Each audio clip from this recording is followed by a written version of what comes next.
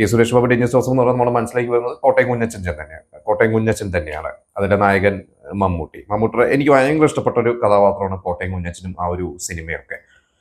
മമ്മൂട്ടി ഒരു ബെസ്റ്റ് 10 കഥാപാത്രം എടുത്തു പറഞ്ഞാൽ ഞാൻ പറയുമായിട്ട് ഒന്ന് കോട്ടയം കുഞ്ഞച്ചനെ. കാരണം അത് മമ്മൂട്ടിക്ക് അല്ലാതെ വേറൊരാൾക്കും പുൾ ഓഫ് ചെയ്യാൻ പറ്റില്ല ഇന്ത്യൻ സിനിമയിൽ ആ ഒരു ക്യാരക്ടർ.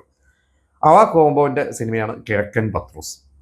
ശരിക്കും കിഴക്കൻ പത്രോസ് എന്ന് പറയുന്ന ഒരു സിനിമ അന്ന് ആ ഒരു സിനിമയ്ക്ക് പകരം അവർ ആദ്യം പ്ലാൻ ചെയ്തത് അരയൻ പത്രോസ്, അത് കോട്ടയം കുഞ്ഞച്ചൻ കഴിഞ്ഞിട്ട് ഒരു മുഖവൻ കഥാപാത്രമായിട്ട് മമ്മൂട്ടി അഭിനയിക്കുന്നു. പക്ഷെ ആ സമയത്താണ് ഈ അമരന്റെ പ്ലാനിങ്ങും കാര്യങ്ങളും നടക്കണം. അപ്പോൾ എനിക്കൂടെ അമരം പെട്ടെന്ന് തുടങ്ങി. അപ്പോൾ ഇന്ന് ഇനി അതുപോലത്തെ ഒരു സിനിമ വേണ്ട എന്ന് പറഞ്ഞാൽ അവർ ആ ഒരു പശ്ചാത്തലത്തിൽ മമ്മൂട്ടിനെ വേറെ തരത്തില്ല. എനിക്കൂടെ അതിലൊരു മുതലാളിയൊക്കെ ആയിട്ടാണ് ഒരു മത്സ്യക്കുടുംബം ആ ഒരു തന്നെയാണ് പശ്ചാത്തലമൊക്കെ.